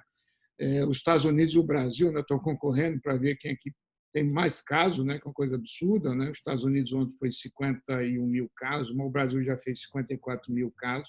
Quer dizer, para vocês terem ideia, quando a pandemia iniciou na China, foram 80 mil ao todo, e hoje só o Brasil e os Estados Unidos faz mais do que a China em um dia, né? Então, aparentemente, essa pandemia ainda tem um caminho mais longo, né? Mais de alguns meses para a humanidade. A gente tem que ter respostas rápidas, né? Mas existe essa pressão. Quer dizer, como é, na visão de vocês, qual seria os mecanismos, né, que nós temos, tanto o lado acadêmico quanto o lado institucional, para, eu diria assim, verificar com mais precisão e evitar, né, eu diria, se possível, né, o que ocorreu no caso do The Lancet, né? Quer dizer, até grupos renomados no mundo, por pressões econômicas e institucionais, levam à nossa comunidade, né, resultados que precisam ser mais acurados, né? Como a gente pode filtrar isso, né? Como é que a gente pode... Porque a pressão vai aumentar, né? Então, tanto no lado da ética, quanto no lado econômico, no lado científico, né? Como a gente poderia evitar para que nos próximos meses nós tivéssemos, né, uma ou várias vacinas, né, que realmente fosse útil para a humanidade. Como é que a visão de vocês sobre isso? Quem quer falar primeiro? Primeiro. Molina? Eu posso falar. Bem, eu acho, Zé Luiz, que é o desespero, né? A gente está vivendo um desespero, que não foi por falta de aviso, né? A gente sabia que a pandemia vinha. Tem até uma palestra, um TED de Bill Gates, né, em 2015, que ele falava que o grande problema da humanidade não era a guerra, não seria um desastre climático, senão a pandemia. E ele bota um slide lá que ele mostra um vírus, que aquele vírus é um coronavírus. Todo mundo viu isso. E ele deu essa palestra e enfatizou que a gente tinha todo o tempo, assim, a gente tinha tempo ainda de se organizar para isso, e a gente não se organizou, né? E especialmente o Brasil, que não se organizou porque viu aí a China caindo, viu passando pelo Oriente Médio, passou pela Itália, Espanha, a gente vindo aquilo tudo achando que aquilo ali não ia acontecer com a gente, né? Que aquilo ali era uma coisa utópica e era real. Tem gente dizendo que a gente tem outra pandemia, que é a pandemia das fake news, né? Aí começa as pessoas a dizer que não, que esse vírus não vai se adaptar ao clima tropical, e a gente está vendo aí mais de 60 mil mortos, né? Enfim, eu acho, Zé, respondendo a sua pergunta, eu acho que está sendo muito rápido, eu acho que não tem muita solução, eu acho que até a Fiocruz ter comprado a tecnologia de Oxford, que não tem nenhuma vacina de adenovírus disponível no mercado, mas eu acho válido, eu acho que é uma instituição pioneira no combate a vacinas, né? Temos um herói nacional, Oswaldo Cruz, né? Foi cometeu aquela pandemia quase 100 anos atrás, né? E acho que é papel da Fiocruz isso. Eu acho que mesmo que essas plataformas não sejam as melhores, é o que tem hoje, né? São as mais rápidas. Se uma vacina boa, esperada, ela teria que ter uma cobertura, uma proteção de 80%.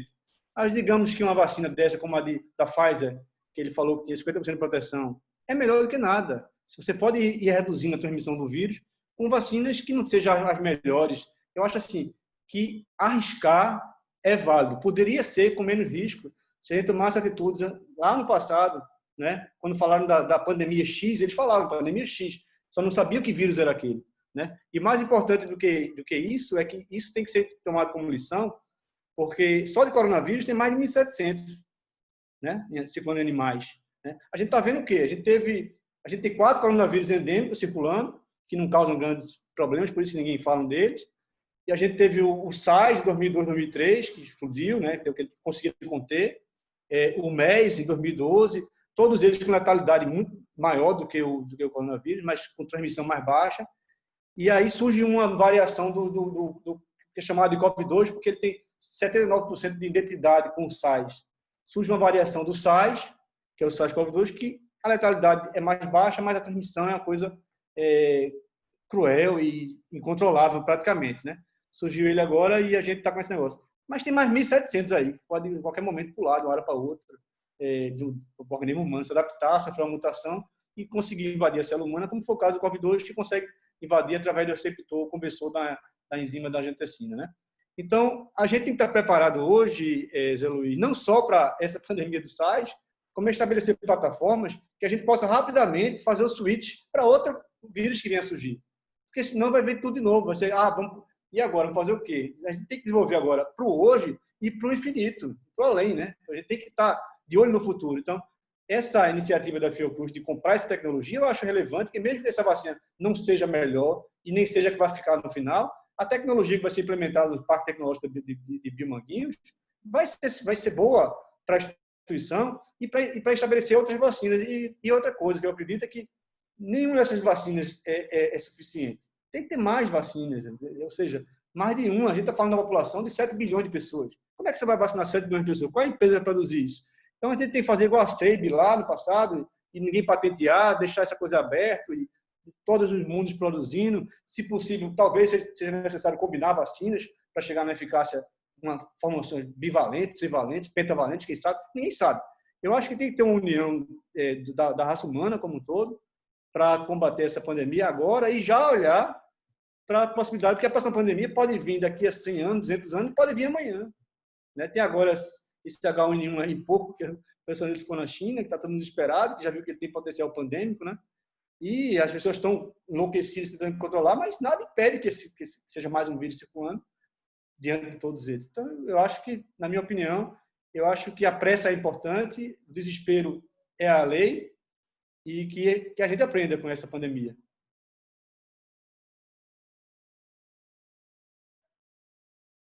O teu áudio está fechado, Zé. Zé, o microfone. Ok, agora liberado. Rafael, muito obrigado, né? Então, antes de fazer algum comentário sobre, passo para o Molina aqui, que quer tecer alguns comentários. Molina, você com a palavra. Tentando responder um pouco a sua pergunta, né? Eu acho que, primeiro, para evitar esses equívocos, né, que eu chamo quando a ciência dá errado, tanto na produção do conhecimento quanto na... O som está baixo, Molina. Para evitar, tentando responder a sua pergunta, né? Eu acho que, tanto para evitar erros na produção do conhecimento, erros éticos ou agravos éticos na produção do conhecimento, quanto também na utilização do conhecimento, acho que o primeiro pressuposto, em ter clareza, é que nós, seres humanos, estamos em processo de evolução, nós somos vulneráveis, nós não somos neutros, nós somos, se apertarem determinados botões, e são clássicos, tá? Que nós somos suscetíveis, muito vulneráveis a dinheiro, a estratégia MICE que o pessoal utiliza quando quer conquistar alguém, money, tá? Ideologia, coercion, quer dizer, uma chantagem, né? E o outro é o de ego, de ego. Se souber trabalhar essas 4 variáveis, muitos de nós não vamos segurar a peteca, porque somos vulneráveis. Então, para não tentar ser menos vulnerável, acho que a gente tem que implementar em escala valores éticos, que eu, por exemplo, eu sou daqueles que acho que a ética ela é relativa, ela varia de tempos em tempos para agrupamentos e grupamentos, mas eu acho que a gente deveria tentar ter uma ética universal. E na ética que eu gostaria, para diminuir a nossa vulnerabilidade, que se tornasse universal, ela teria alguns pilares também. O primeiro pilar seria que, na ética que eu gostaria que fosse universal, o bem comum fosse o maior valor e a maior virtude seria a justiça a serviço do bem comum. O segundo grande pilar de uma ética universal que eu gostaria que fosse universal seria ter a clareza do valor do fenômeno vida universal. a ciência hoje nos subsidia para dizer que um barato a gente está vivendo, é mágico a gente está vivendo nesse universo que tem 13,7 bilhões de anos evoluindo, se transformando, e que nós realmente, como já dizia o Carl Sagan, nós somos poeira das estrelas. Você não tem uma subpartícula quântica, tá, que não tenha 13,7 bilhões de anos. Isso é mágico, isso é maravilhoso, isso é bruxaria, mas isso é ciência, isso é filosofia. Tá? Então, a valorização, tá, de você estar em coerência com esse universo maravilhoso, saber d'água do universo, mas você também saber que o universo está dentro da sua gota d'água. Isso é uma visão científica que hoje a física quântica nos permite fazer e que é lindo, que é maravilhoso, que é filosófico. Então, o segundo pilar seria... O terceiro pilar tem a ver com muito que Saulo defendeu. Tá? Dentro desse fenômeno de vida universal, tá, você ter a clareza da como é bonito a biosfera e dentro da biosfera, tá, a vida humana. Como é um privilégio, nós temos a vida universal na forma da vida humana. E o quarto seria realmente, aparentemente, nos parece que dentro desse pool de biosfera, aquele que tem mais consciência da sua responsabilidade é o ser humano, portanto, a gente deve valorizar muito a dignidade do ser humano, da vida humana, de uma maneira inquestionável. Eu acho que se a gente conseguir tornar isso, tá, mais amplo, mais hegemônico, né? Eu acho que a gente tem uma tendência, ou terá uma tendência a diminuir a nossa vulnerabilidade. Se não conseguirmos isso, a melhor maneira da gente controlar isso tudo que você falou, Zé, tá, é liberdade. Tá? É que todo mundo analise todo mundo de uma maneira com compaixão, com respeito, com carinho, mas que todos os nossos atos sejam abertos, tanto na produção do conhecimento, tanto na aplicação do conhecimento. Nós sejamos ser possíveis, sem nenhum problema, eticamente, mas ser escrutinado, ser acompanhado. Tá? Por isso, a liberdade é fundamental. Por isso, a ditadura não pode ter espaço entre nós. Nós não podemos cometer esse erro, essa tentação de ser mais eficaz pela questão da ditadura. Tá? Eu acho que a liberdade vai ajudar e ajuda e nos garante que a gente erre menos.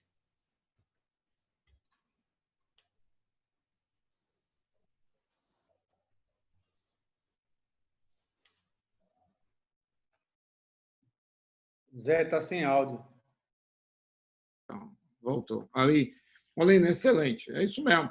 Eu até comento muito, né, com alguns alunos, alguns colegas, quando a gente fala da humanidade, eu disse, olha, a Terra tem mais mais de 10 bilhões de anos, né? As bactérias até então têm mais de 4 bilhões de anos, e o homem vamos esticar, né? Vamos botar aí 1 milhão de anos, que ainda nem tem isso, né? Entendeu? Né? Nós somos uma espécie nova, né? Entendeu? Né? Mas é uma espécie inteligente, né? Uma espécie inteligente que a gente supera algumas dificuldades, né? Algumas das civilizações que talvez a gente só vai conhecer com estudos mais antropológicos, né? E mais profundos, né? Algumas civilizações apareceram e talvez porque não tinham vacina, né? Alguns desses agentes, alguns desses vírus, algumas bactérias, né? Eles mutaram e eliminaram, né? E a gente corre risco sempre, né? Mas os riscos devem ser contidos, olhando exatamente o perfil ético, né? Eu concordo plenamente com você, né? E a gente corre esse risco agora, né? Como o Rafael falou muito bem, da pressa. A gente tem que ter pressa, né? Tem que ter pressa, né? Porque o mundo corre, né? De uma forma e essa pandemia, como eu falei para vocês antes, ela não dá bom. A forma dela ser eliminada vai ser com a vacina. Antes dela, a gente vai ter que manter a distância, vai ter que melhorar o comportamento, né? Porque ainda tem um tempo, gente, né? Ela ainda não chegou, talvez, a contaminar, né? Talvez 100 milhões de pessoas, né? O mundo tem mais de 7 bilhões de pessoas, né? Então ainda tem um espaço muito grande, né, para esse vírus contaminar as pessoas e causar mais danos. Aí a pressa, né, do desenvolvimento de vacinas ou de outros métodos, né, ou de medicamentos mesmo que possam auxiliar, né? Não sei se o Saulo está conectado, se ele gostaria de fazer algum comentário, Saulo. Você me ouve, Zé Luiz? Eu, ok, estou escutando, perfeito. Estou ouvindo. Então, eu sou muito otimista, né, nesse contexto atual. Eu entendo que nós identificamos a importância de termos um sistema de saúde forte e que seja de fato universal e uma capacidade do investimento na pesquisa cada vez maior. É surpreendente a resposta que os pesquisadores deram. As universidades, nesse momento, elas cumprem um papel importantíssimo, né? Aqui mesmo a gente vê as instituições em Pernambuco, né? O papel que elas têm aportado para esse momento. E eu acho que a gente tem que aproveitar esse momento para ampliar o diálogo entre a universidade e a sociedade. A sociedade precisa se aproximar da universidade, a universidade precisa construir canais de diálogo, né? E eu fico muito contente ao perceber a universidade consciente do seu papel nesse contexto da pandemia. Então, a resposta ética dos pesquisadores, das pesquisadoras, foi muito importante, né? Então, em todos os níveis, a gente vê... Eu acompanho há décadas os povos indígenas, né? Então, aqui em Pernambuco, o apoio que a universidade tem dado, e em outros estados também, para essas populações vulneráveis, tem sido determinante, né? Desde o ajuda com PI, por exemplo, que é difícil de ver. E a pesquisa, a universidade investe agora, se coloca totalmente disponível para entender o apelo e responder a esse apelo. E percebo também que dentro desse espaço da universidade, a capacidade da reflexão ética ela é maior. Então, por mais que nós estejamos premidos por uma necessidade urgente, mas a gente consegue dialogar. O Comitê de Ética e Pesquisa da UFPE, por exemplo, ele tem feito reuniões só para discutir projetos de pesquisa que envolvem Covid, né? A CONEP também. Então, há uma mobilização que eu entendo como um grande mutirão em defesa da vida. E a gente aqui está falando da vida humana, mas, inclusive, você se referiu à ética em relação à pesquisa com seres humanos, mas também tem a ética em relação à pesquisa com animais, né? Então, toda uma ética, uma discussão da ética animal, e esse momento é o momento da gente refletir sobre a interdependência entre todos nós, os seres que habitamos essa casa comum, habitamos o mesmo planeta. Então, eu acredito que em termos da ética, há duas éticas aplicadas que elas são importantes nesse momento. Uma é a bioética, que vai tratar dessas questões diretas com a vida, e também a ética dos negócios, o grande complexo industrial que está nessa corrida, né, pela produção de medicamentos, pela produção de vacinas, ele deve ser regulado por uma ética dos negócios que estabeleça um diálogo com a bioética, né? E que entenda que dentro do sistema mundo globalizado e capitalista, nós temos, em primeiro lugar, as vidas que devem ser protegidas e defendidas, né? Essas vidas são inalienáveis.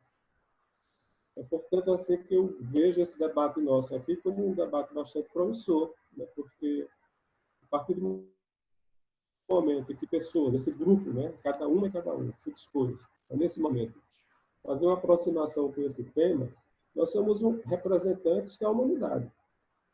O maior que seja a nossa população, mas cada uma e cada um que estamos nesse momento aqui, somos representantes importantes dessa humanidade, dessa espécie humana, que vislumbra uma capacidade, uma potencialidade de viver da melhor maneira possível e habitar da melhor maneira possível o planeta. Então, nesse contexto de otimismo, porém bastante consciente das dificuldades, dessas tensões, dessas situações, eu me vejo no momento atual, né? E acredito que a gente é capaz de se tornar cada dia melhor e transformar o mundo também para inter-relações pessoais e com outras espécies cada vez melhores também.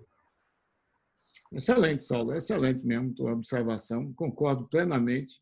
E é uma coisa curiosa, né? Eu estava escutando a palestra do Rafael, eu estava lembrando exatamente algumas coisas, né, que têm ocorrido conosco aqui na universidade, a interação da universidade com a sociedade.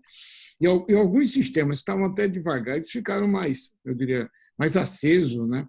A interdisciplinaridade, né, que Molina citou no início, né, ela aumentou, né? É uma coisa muito, muito curiosa isso, né?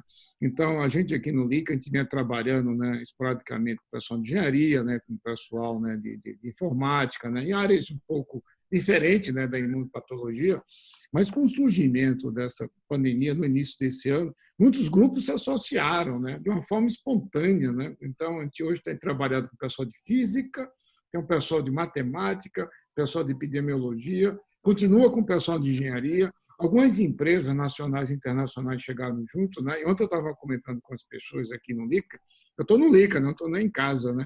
E é muito interessante, né? Como houve eu diria assim, houve um chacoalho, né, científico no mundo, né? Para que as pessoas se juntassem, empresas, né? Para que essas soluções chegassem na forma mais rápida para a humanidade, né?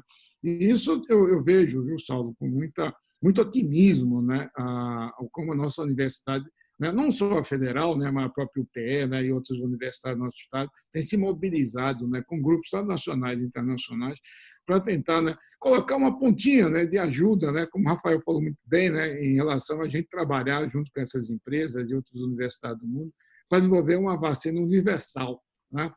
Bom, gente, eu gostaria até de fazer uma outra pergunta. Eu não sei, Aleixo, eu falo demais, né? Entendeu? Né? Às vezes eu me preocupo com o tempo, né? Se vocês tiverem um tempo, eu queria fazer um outro comentário, né? Né? Em relação ao que o Rafael falou de vacina e da ética, que é quando a gente tiver a vacina, tá certo? A gente agora está falando que a gente pode ter a vacina. E a gente aí vai ter a vacina. Eu acredito que a gente vai ter essa vacina. O que é que vai ser vacinado primeiro, hein, pessoal, né? Como é que vai ser essa distribuição? Hein? Será que, mais uma vez, o dinheiro e o poder vai fazer isso? A universalidade vai chegar para as pessoas, talvez, daqui a 2, 3 anos? As empresas vão se unir, vão produzir em grande quantidade mesmo, para que nos próximos 6 meses a gente tenha aí, talvez, uns 2 ou 3 bilhões de doses. Será que isso vai ocorrer? Entendeu?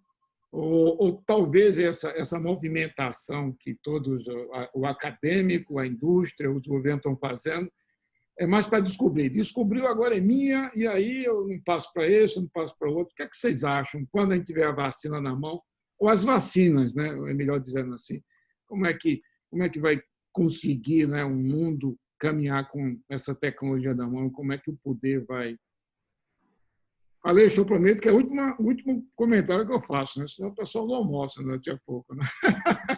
Mas, gente, como é que vocês acham isso aí?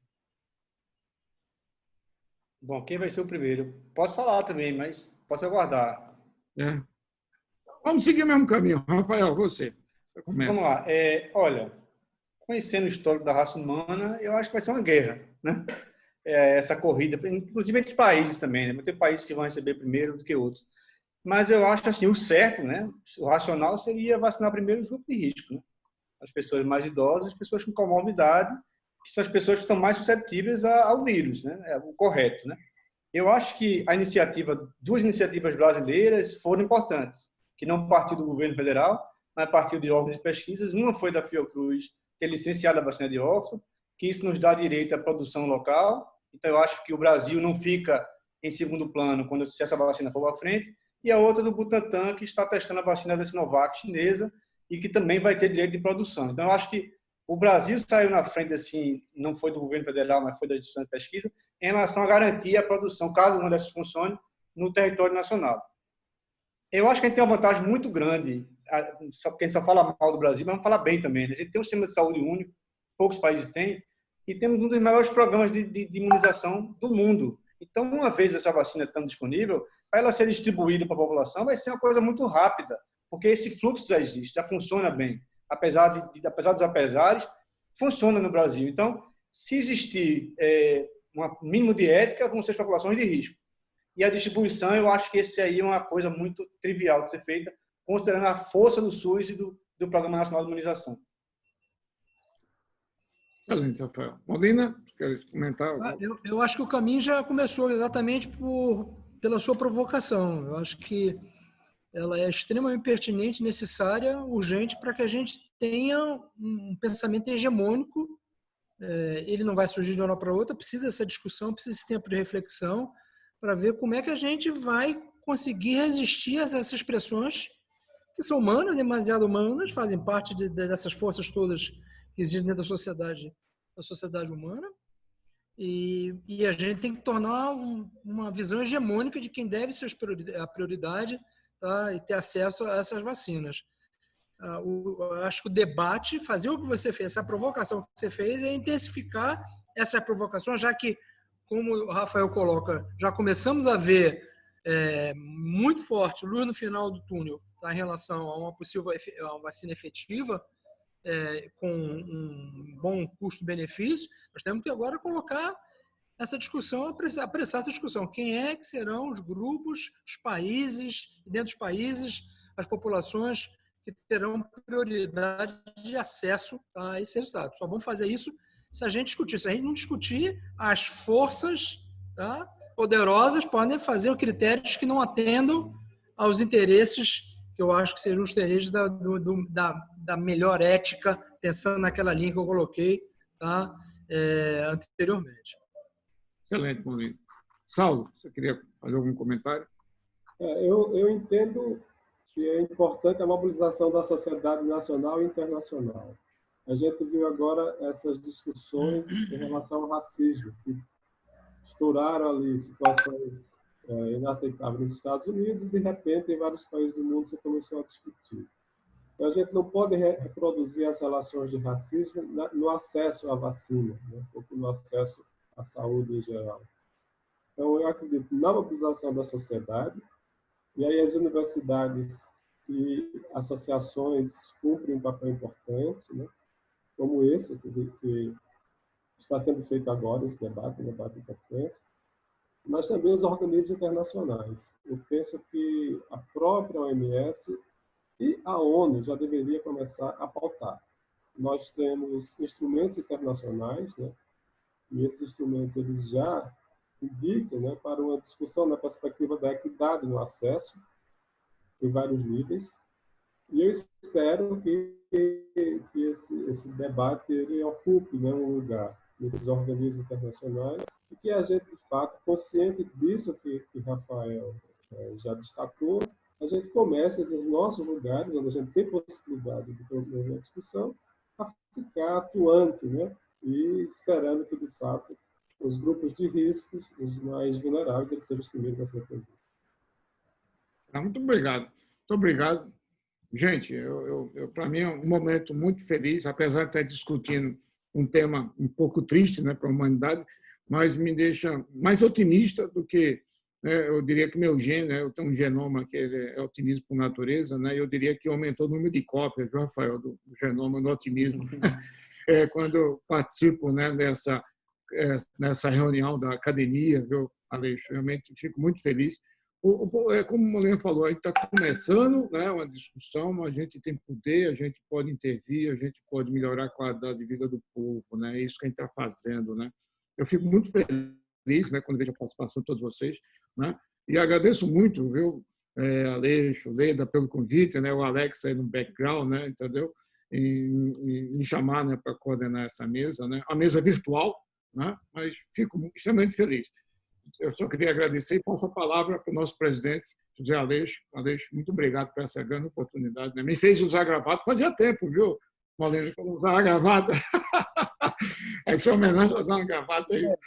Zé, eu acho que a academia é que agradece aos palestrantes e a vocês. Mas antes de eu encerrar, eu tenho uma pergunta aqui que eu vi aí no meio, que é da minha ex-aluna e hoje uma das famosas cientistas do Brasil, uma das mais renomadas na área de arborização e paisagismo. Ela pergunta o seguinte, é Daniela Biondi, que hoje é professora da Universidade Federal do Paraná. Ela pergunta a Molina, é possível ter uma ciência livre no Brasil com tanta falta de ética? É um processo, como eu disse anteriormente, a gente precisa aprofundar a qualidade e a intensidade do debate ético no Brasil. É necessário. Nessa fase que a gente está vivendo, eu acho que no mundo inteiro, mas eu acho que há uma crise de valores éticos, no caso específico da saúde, de valores bioéticos também, e não tem outro caminho a não ser fazer isso que a gente está fazendo hoje, debatendo, se estimulando, né, colocando visões.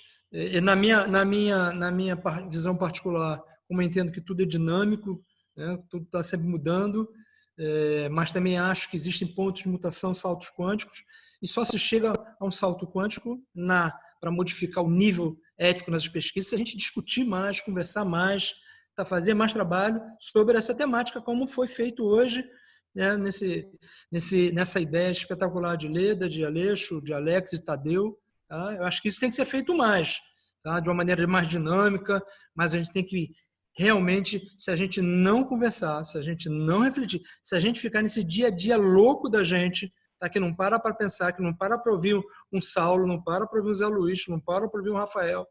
Tá?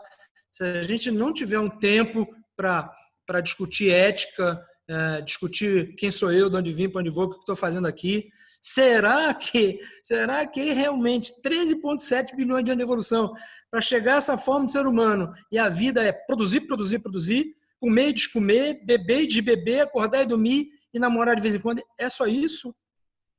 São coisas que a gente tem que intensificar na discussão, inclusive no meio acadêmico, inclusive no meio científico, mas para toda a população. Se a gente não tiver a capacidade, tá, de aumentar os espaços de reflexões, como esse que eu aprendi, cresci, adorei, né, e intensificar isso, a gente não vai conseguir fazer essa mudança de paradigma que a gente precisa no nível ético e bioético da produção do conhecimento.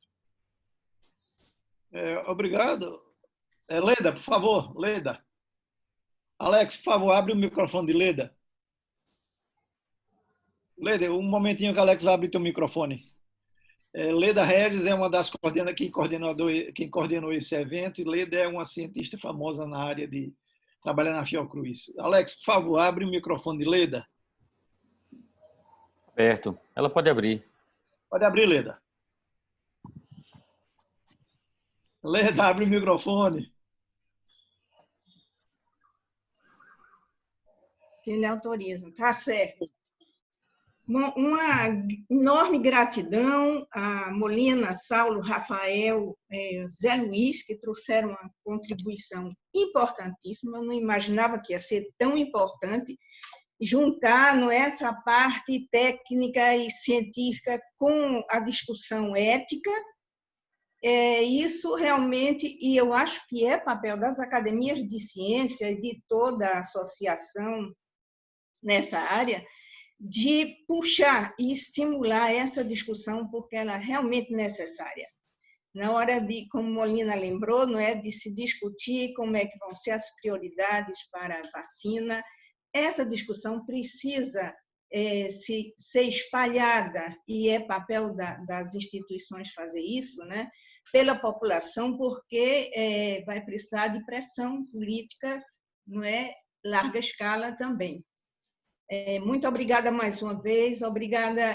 Quero dizer que a montagem dessa mesa redonda não foi só minha, isso tudo foi feito junto com o Tadeu. Obrigada, Tadeu, foi excelente trabalhar nisso. E eu acho que podemos pensar no outro evento mais adiante, quando a vacina estiver mais avançada, né, os testes, a gente precisa voltar a discutir essa questão. Obrigada, Aleixo. Obrigado, Leda. Eu gostaria de agradecer a todos. E antes de encerrar, um comentáriozinho para Rafael. Rafael, que falou aí do Edward Jenner. Na realidade, ele foi o médico que confirmou em 1796 a vacina da varíola na Inglaterra, mas a ideia surgiu de um matemático estatístico, Daniel Bernoulli.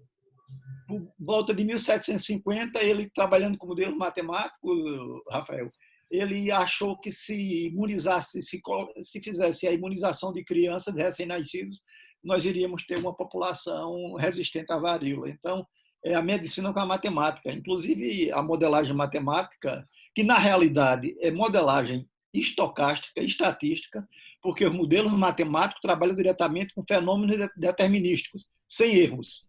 E isso que nós estamos fazendo são modelos estatísticos. Eu estou até pensando, viu, Zé Luís, a gente organizar um webinário sobre modelagem e esclarecendo à população o que significa modelagem matemática estatística numa como isso, porque a modelagem é extremamente importante em tudo. Então, eu poderia convidar o Dias, lá que está no MIT, o Jones, eu poderia até ajudar também. Vamos pensar nisso, a gente faz um conjunto limpo, APC, um sobre modelagem matemática. Excelente. Eu gostaria de agradecer a presença de todos, em especial o meu grande amigo e irmão, Merval Jurema, que está lá perto de Lisboa. Valeu, Merval. Raul Mães, que está na França. E tem aqui uma I Love London, Team Girl. Deve ter alguém em Londres. Daniela, que está em Curitiba, e todos vocês. Então, nós, provavelmente, no dia 17, nós teremos um webinário muito importante para a comunidade pernambucana, que é dando sequência àquele webinário que nós fizemos com reitores. Então, nós vamos fazer um webinário completamente diferente. Vai ser perguntas e respostas. Eu estou acertando com os 4 reitores para que eles se predisponham a vir, talvez no dia 17, responder perguntas da comunidade pernambucana sobre o comportamento das universidades a partir de agora que as universidades estão decidindo como irão agir. Então, não vai ser um webinário com palestras, vai ser um bate-papo com reitores. Eu acho que a gente está precisando disso. Então, gente, Saulo, muito obrigado, Saulo, por atender a Academia Pernambucana de Ciência, Rafael, que é acadêmico, valeu, Zé Molina, que é o nosso acadêmico Zé, namastê, Molina, é o nosso grande background, que é o vice-presidente da Academia Pernambucana de Ciência, Alex Gomes, que coordena tudo. Muito obrigado, parabéns a todos. E eu gostaria de pedir que todos, por 1 minuto, ativassem as câmeras, porque a gente sempre faz o registro em nossos arquivos. Então, por favor, vocês ativem as câmeras, que a Alex vai tirar a fotografia de vocês. Valeu, Chico. Chico é novo acadêmico. Parabéns, Chico. A academia agradece a sua presença. Nós temos 17 novos acadêmicos. Eu agradeço a aceitarem participar da academia. Por favor, gente, vamos abrir aí as câmeras para a gente tirar a foto. Estou vendo muita gente conhecida aqui. Vamos abrir, por favor, que a gente precisa dessa foto. Aleixo, deixa eu só pedir para dizer uma palavra. Claro, Tadeu. Obrigado, Tadeu. Está registrado, pessoal. Obrigado, viu? Veja só, Aleixo, eu acho que da próxima oportunidade, como o Leda colocou aí, da gente fazer um novo debate sobre a pesquisa, a gente tem que incluir nessa participação desse debate os participantes das pesquisas, ou seja, o que a gente no passado chamava sujeito da pesquisa.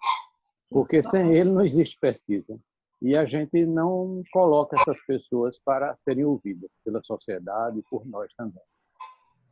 Porque, assim, Tadeu, na realidade, um webinar a gente tem que escolher poucas pessoas para falar, mas a gente pode mudar o esquema do webinar e fazer um webinário livre sobre pesquisa, como a gente vai fazer com reitores, onde todos podem se pronunciar. É uma ideia. Vamos. Eu espero, gente, que essa pandemia acabe logo, que essas lives passem a ser menos frequentes, porque significa dizer que acabou a pandemia, porque realmente o negócio está muito complicado, as pessoas não estão obedecendo. Zé Luiz, vai para casa, Zé.